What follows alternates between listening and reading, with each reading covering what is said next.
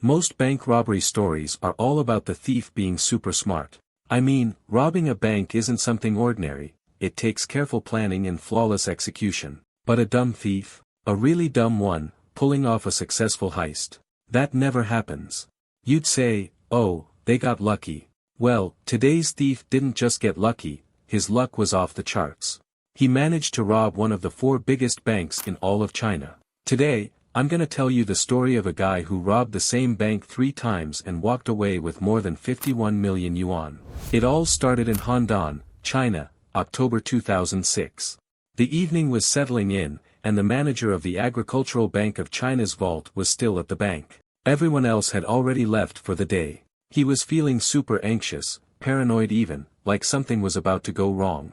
There were 2 security guards outside, which gave him a little sense of security, but still, he was the vault manager. It was his job to personally make sure everything was in order. He checked the printing room.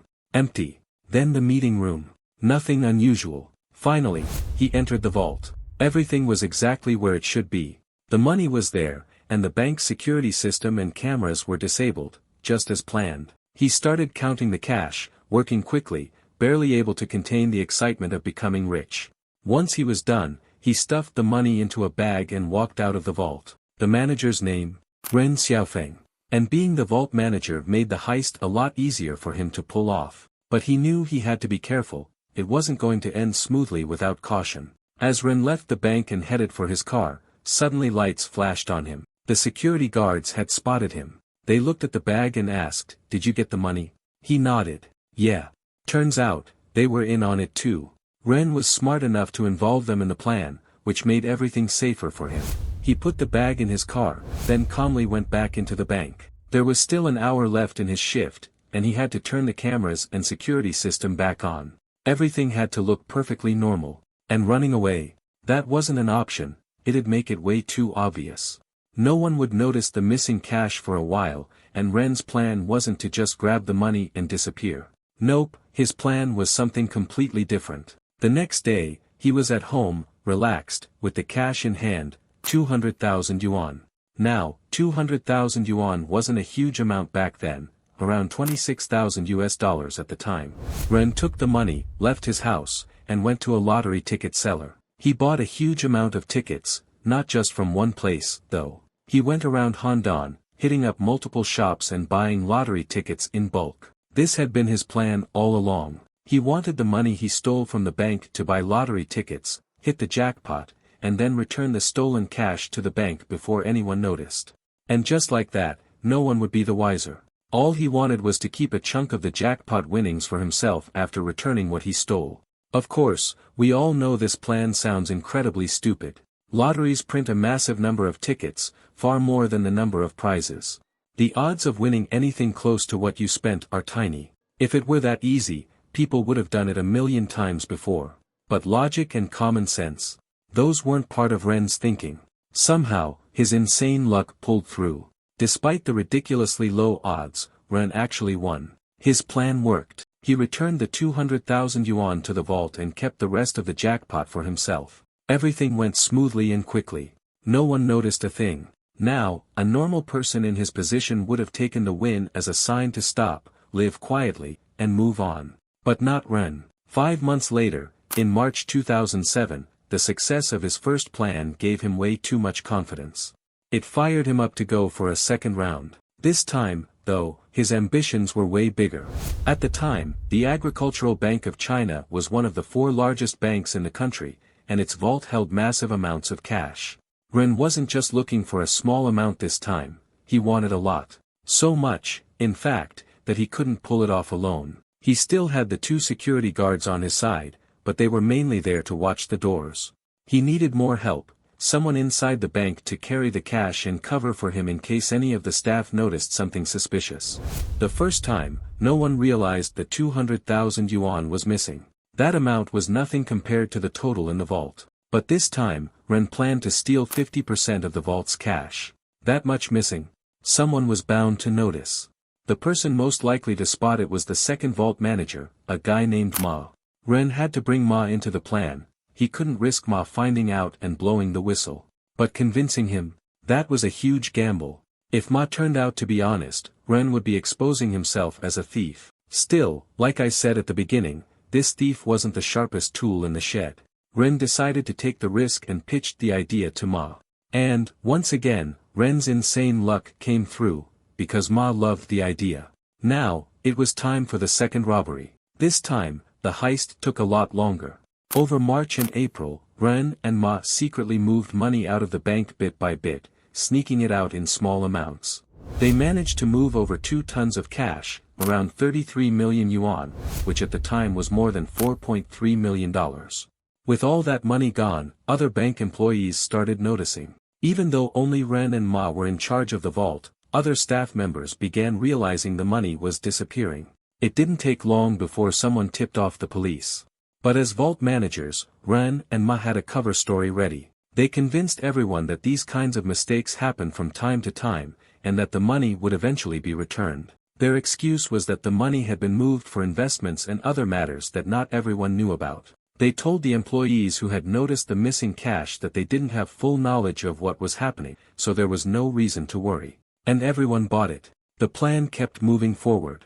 Of course, all of this was just a distraction so they could spend the time getting their hands on the lottery tickets they had bought. They didn't even scratch all the tickets yet, they bought a huge number. They spent the entire 33 million yuan on tickets, and now they had piles of them at home. For weeks, they kept buying lottery tickets on an unprecedented scale, all over the country. But this time, luck wasn't on their side. The winning ticket wasn't theirs, and they lost everything. And, of course, their situation got even worse. Now, suspicions around them at the bank were growing. The situation at the bank hadn't improved like they promised. The money still hadn't been returned. Feeling desperate, Ren and Ma came up with a brilliant plan.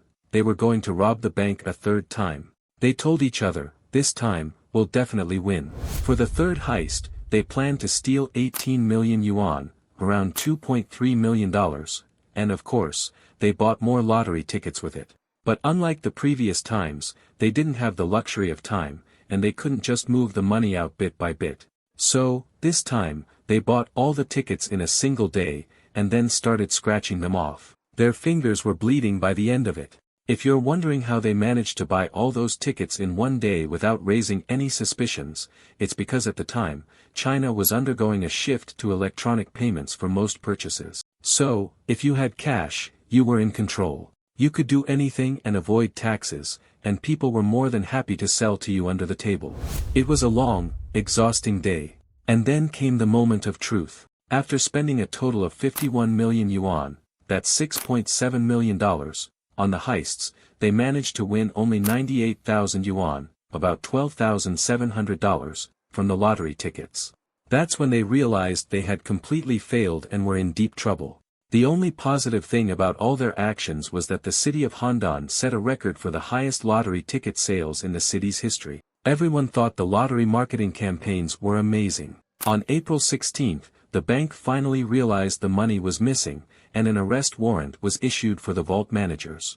They hadn't been caught yet, and the police began searching for them.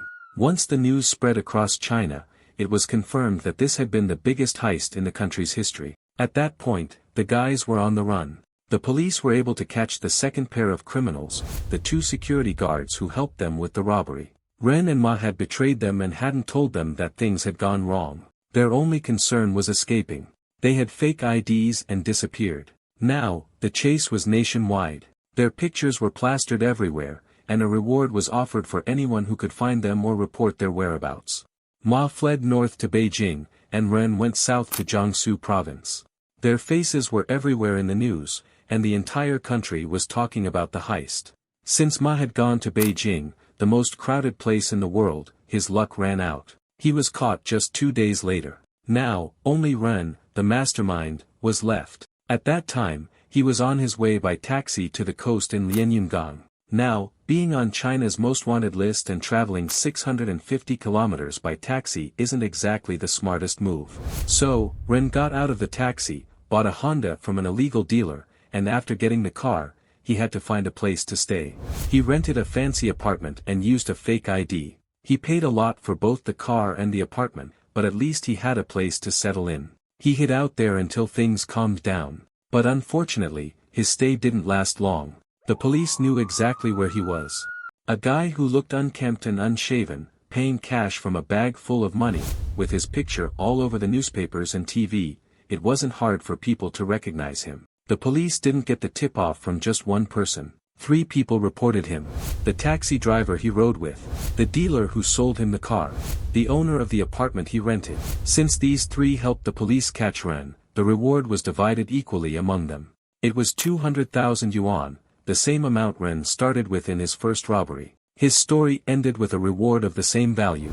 Now that they were caught, the chase was over, and the trial began. The security guards involved in the crime were charged with poor protection of public funds and sentenced to 5 years in prison.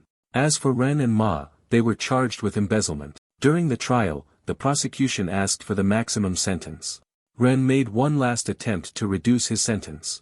He told them, "I can help you protect the banks and improve security systems so that no more robberies like the one I did happen again." But they told him, "Thanks, but we don't need your help," and sentenced him to death. Indeed, a year later, the death sentence was carried out. The bank, of course, was severely embarrassed in front of the media, and 5 employees were fired for their negligence. Imagine this: during the investigation, it was revealed that the bank hadn't done an inventory of its cash for years, and no one had checked the security camera footage. And so, that's how the story ended. A stupid thief managed to walk away with 51 million yuan right under everyone's noses. Instead of escaping with the money, he went and bought lottery tickets with it. Everything he did from the start was dumb, and the problem was, it worked the first time. But greed blinds the heart. And that's the story for today. Hope you enjoyed it.